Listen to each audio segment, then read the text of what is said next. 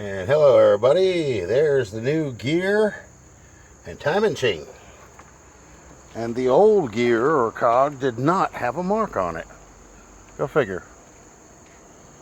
I thought they would have put it on backwards too, but I don't see any dot on here at all. Nowhere.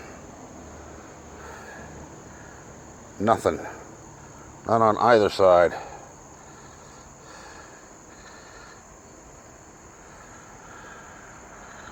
Nope, nothing. Just a speck of dirt.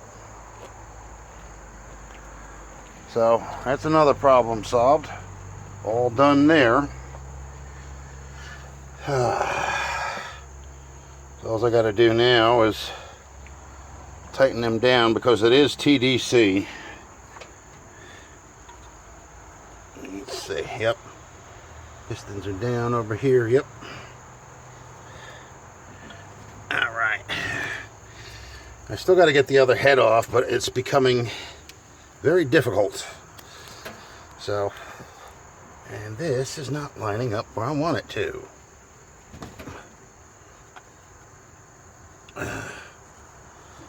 Okay, well, don't forget to like and subscribe, folks. It's another job done.